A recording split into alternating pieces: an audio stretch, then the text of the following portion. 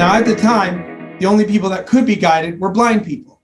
So I was like, okay, I know what I'm going to do. I'm going to find a blind athlete. So I have a joke I tell. You've probably heard it before, so I'll do it anyway. Play along with me.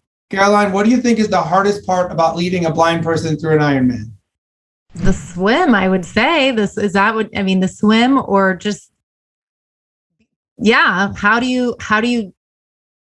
you swim with them? Because that's very difficult for me in the first place.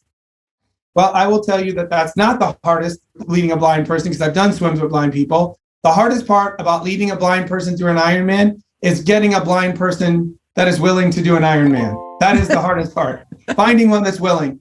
So I actually have a friend who has a daughter that is a Paralympic swimmer. She lives up in Atlanta. Well, she's from Atlanta. She now lives in Maryland. She collegiately swims, and her name is McLean Hermes. So I made friends with her.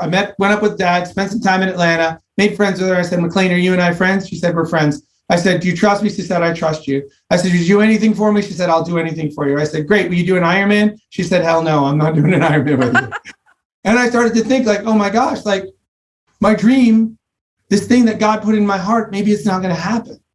But here's what we know about things that are put in your heart. Number one, you should always have to remember that when God puts something in your heart, it is really hard to understand this, that he doesn't put it in anyone else's heart. He only puts it in your heart. And he uniquely gives you the instruction and the gift to do it. But in a marriage, like what God put in my heart, he didn't put in my wife's heart. Yeah. So she's never going to understand my desire to do the things that I do. Yeah. Like, she even asked me this week, like, Dan, when is enough with you with these races? Like, when are you're 47 years old. What do you have to prove? And I said simply this, sweetheart, this is not about me anymore. This is about everyone that follows behind me within my own family tree, because my only goal is to change my family tree, right?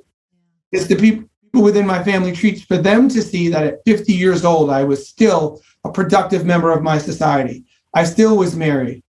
Because everybody in my family is divorced. My mom and dad are divorced. My grandparents are divorced. My older brother's divorced. My younger brother's divorced. They're all divorced. I'm still married. I have a productive relationship with my kids, that I'm still involved in my community, and I'm still doing endurance athletics, because it's not only about the body, it's the way you think. And I need to show them what's possible. I need every other typical athlete like myself that doesn't know anybody with an intellectual disability to see the joy that I get from participating with others and giving them the gift that I got. I actually am happier leading someone else through a marathon than I am doing the marathon by myself. Wow.